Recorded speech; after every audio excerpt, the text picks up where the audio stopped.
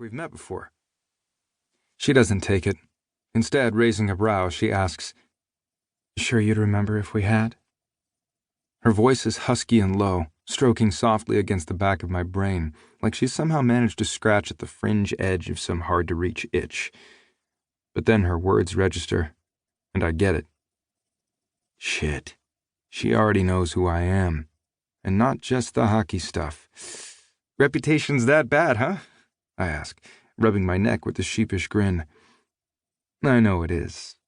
I've seen the posts, the polls, the bunnies running at the mouth about every Chicago Slayers player they've scored and the frequency with which my name comes up. It's never bothered me before. Now? I want to tell her whatever she's heard isn't true, that it's exaggerated. But I'd be lying, and before I can come up with the joke or even think to ask her name, she tells Nat she's got a call to make so her family doesn't worry. She's that kind of girl. It makes me smile because I like it, even if knowing she's that kind of girl means she's even further out of my league than she was 10 seconds ago. I watch her take off, and then turn back to Natalie, who's the reason I'm standing here. I won't ask her about her friend tonight. Hell, with the way that girl looked at me, all pissy indignation, I shouldn't ask about her at all. But damn, I know I will. George. Unfreaking believable.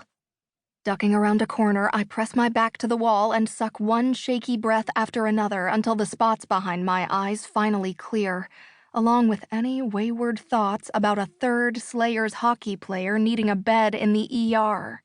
I can't believe it. After all these years, Quinn O'Brien, 2 feet in front of me, giving me that same smile. The one that put my belly into free fall the first time I saw it, left me breathless, and then, less than a day later, left me humiliated, devastated, working up fantasies about the wrath I'd rain down on him if I ever saw him again. So much for that badassery. My knees barely held me when I looked up to find those stupid sea-green eyes twinkling back at me like some Disney hero come to life. Stupid eyes, stupid shoulders and muscles everywhere body, stupid sandy blonde hair standing up like some foolish girl had just had her hands in it for the last hour. And that introduction. Blowing out a breath, I shake my head.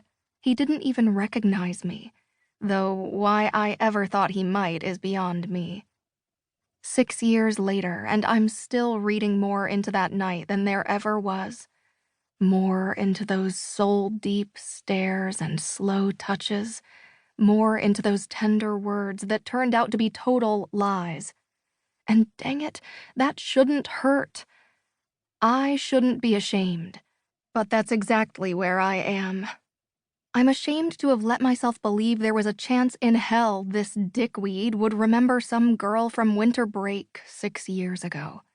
That maybe he'd even have come to regret what happened. But apparently, no. Well, now I know. Pushing off the wall, I straighten up, roll out my neck and shake the circulation back into my hands so I can get on with my life. Quinn O'Brien doesn't deserve a second thought. Chapter 2. George, postseason. And you know what else? I say, pointing my beer at Natalie Baxter and her sister-in-law, Cammie Wesley. There's no way a guy looks that carelessly sexy in the wild. I wouldn't be surprised if some PA took him for a ride in a custodial closet before his segment shot, and then let makeup work him over too. We're having a girls' night at Belfast Bar. The Slayers have just finished round 1 in the playoffs, giving Nat a night off from worrying about her boyfriend Vaughn and brother Greg. Cammie squints, looking from me to Nat, who gives her a little shake of the head, like maybe I'm going off the deep end again, but I'm totally not. Biting her lip, Cammie sort of waves her fingers around. So, are you saying he had sex with 2 different people before visiting that sick little girl in the children's wing? I wouldn't put it past him. I tip back my beer for another swallow, trying to douse the fire that's been burning inside me since